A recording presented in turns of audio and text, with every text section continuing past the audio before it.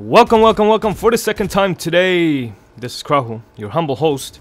And yep, this is my second video, like I promised you guys in my Call of Duty video, which you should check out. If you didn't, link is right there in the description. I would upload a Medal of Honor video today, and you know what? I think I'm gonna go on a schedule of Call of Duty Medal of Honor, like 2 videos a day. I hope that's okay with you guys. Not because, you know, YouTube money or whatever, because I don't even get that much. But I'm just motivated to play this game because it has a lot of issues, and if I'm on a strict schedule, I think I can make it. Or like, you know, Black Ops, Modern Warfare 2, or whatever floats you guys' boat. So this is a pretty high scoring. This is a pretty high scoring team deathmatch, team assault, 50 plus kills. So I hope you guys enjoy. There ain't that many maps to go around in Medal of Honor. That's why you keep seeing the same ones.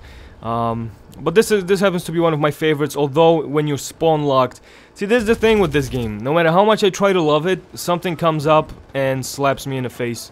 Spawns are horrific, so I hope that Danger Close team, of course, addresses it. Spawning in general in this game can be a nightmare. Doesn't matter how much of a good player you are. If a noob on the other team gets you spawn locked, there isn't much you can do, especially on this map. But today, you know, I want to kind of deviate from the gameplay and just talk about what's good with me. You know, what's up in my little quote-unquote world, and I want to hear what has been happening with you guys. So summer vacation is coming up very shortly. In matter of 1 week for me, because, you know, college we end in May, very early May actually, like mid-May.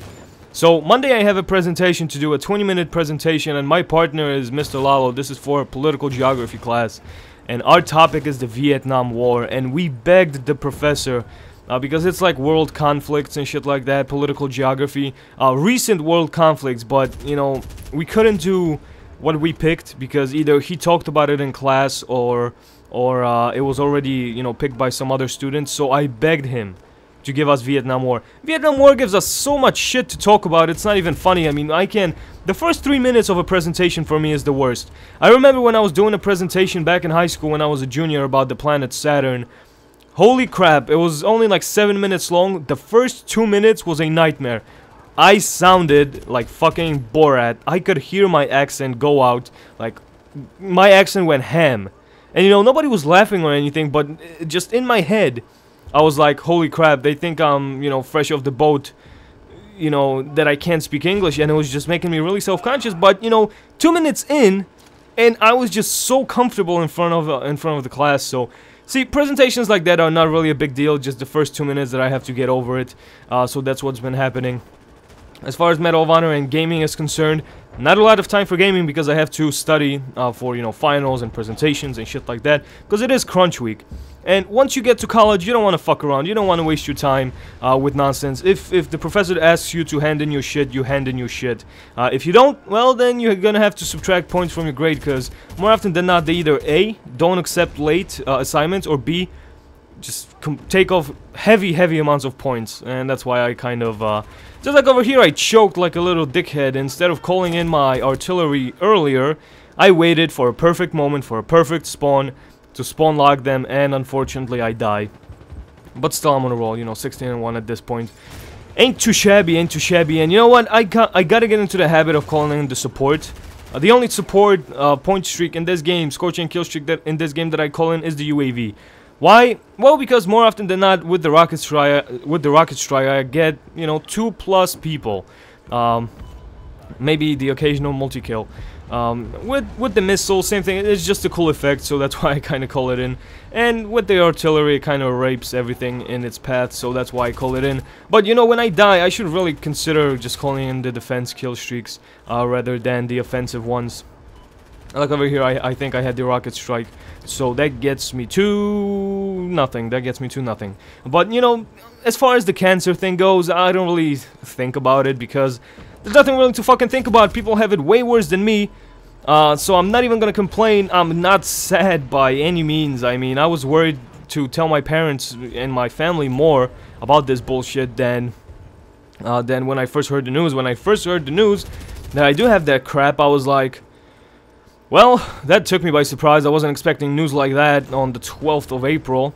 On the 12th of April, I actually heard the news, and I was like, you know, time to suck it up. You know, it's not the end of the world, whatever. We gotta take steps in order to get better.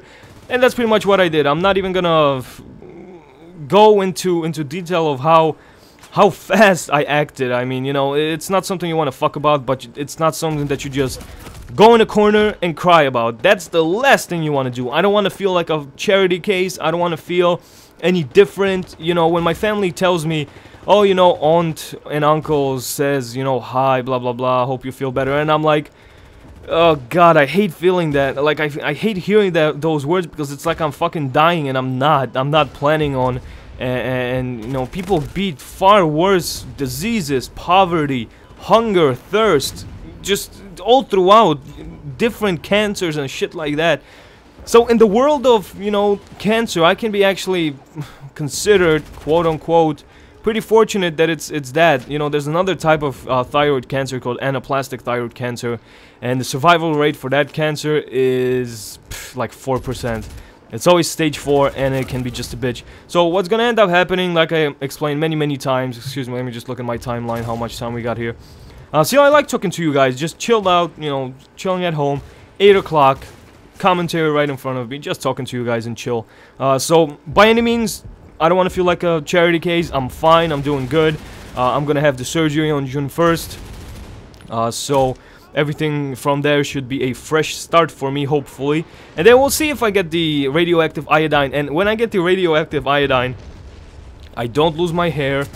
I don't feel, you know, like after chemo. This is one of those cancers that can be treated by radioactive iodine, which I'm very fortunate by, because there's only, I believe, 2 types of cancers that can be treated like that as far as thyroid cancers go. So in general cancers, so I'm pretty fortunate as far as that goes. But everything else is just standard business. I go to school, play soccer, football, of course, for European football, and that's pretty much it. I just enjoy life, and I don't give a fuck about it, about the cancer. Of course, I'm taking steps to prevent it, to kill it, but it's not gonna take over my life, not by a long shot. And I know that this commentary, a lot of you guys wanted to hear my opinions, like in depth. So I hope that puts you at ease just a little bit. Final score is like 51-7. Hope you guys enjoy. Give this video a thumbs up, and I'll see you.